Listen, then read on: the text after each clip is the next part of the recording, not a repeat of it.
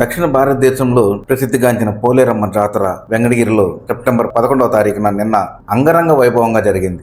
పోలీసులు బందోబస్తు, వాళ్ళు వ్యవహరించిన తీరు ఇబ్బందికరంగా ఎక్కడ అనిపించలేదు. జాతర అంతా అయిపోయిన తర్వాత కూడా పోలీసు వారు వాళ్ళ శ్రమ కొద్దీ ఎక్కడ ఇబ్బందులు కలగకుండా, ఎటువంటి ట్రాఫిక్ అంతరాయాలు కలగకుండా, యాక్సిడెంట్లు జరగకుండా ఉండేందుకు కృషి చేసి ప్రతి ఒక్క దగ్గర డ్యూటీలు చేశారు. కానీ జరిగిన లోపం ఏందంటే, జాతరలో క్యూ లైన్ లో ఉన్న చిన్న పిల్లల తల్లిదండ్రులు చాలా ఇబ్బందులు పడ్డారు. వారికి కానీ సపరేట్ గా లైన్ గాని ఏర్పాటు చేసి ఉంటే కొంచెం బాగుండేది. వికలాంగులకి సపరేట్ క్యూ లైన్ అంటూ ఏది ఏర్పరచలేదు. ముసలి ముతకగా ఉండేవాళ్ళు, వికలాంగులుగా ఉండేవాళ్ళు చాలా మంది వచ్చి వెనక్కి తిరిగి వెళ్ళిపోయారు. తర్వాత అమ్మవారు కదులుతుంది అని తెలియజేయడానికి భక్తులకి ఫస్ట్ సారి అవుట్ పేలుస్తారు. అమ్మవారు రథం మీదకి వచ్చిన తర్వాత ఇంకోసారి అవుట్ పేలుస్తారు. కదులుతుంది అనే చిహ్నానికి మూడోసారి కూడా అవుట్ పేలుస్తారు.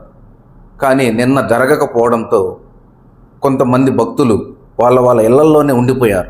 అవుట్ పేలిస్తే వెళ్దాంలే అనే ఆలోచనతో చాలా మంది ఇళ్లలోనే ఉండిపోయారు. ఫోనుల ద్వారా తెలియజేసుకుంటూ అమ్మవారు కదిలింది అనే వేరే వాళ్ళు చెప్పగా అప్పుడు ఇళ్లలో నుంచి రోడ్ల మీదకి రావడం మొదలుపెట్టారు. అది చాలా లోపం అనిపించింది. ఇటువంటిది కూడా ఎప్పుడూ జరగలేదు. ఇదే మొదటిసారిగా జరిగింది. ప్రతిసారి అమ్మవారు కదిలేటప్పుడు 3 సార్లు అవుట్లు పేలుస్తారు. అది నిన్న జరగలేదు.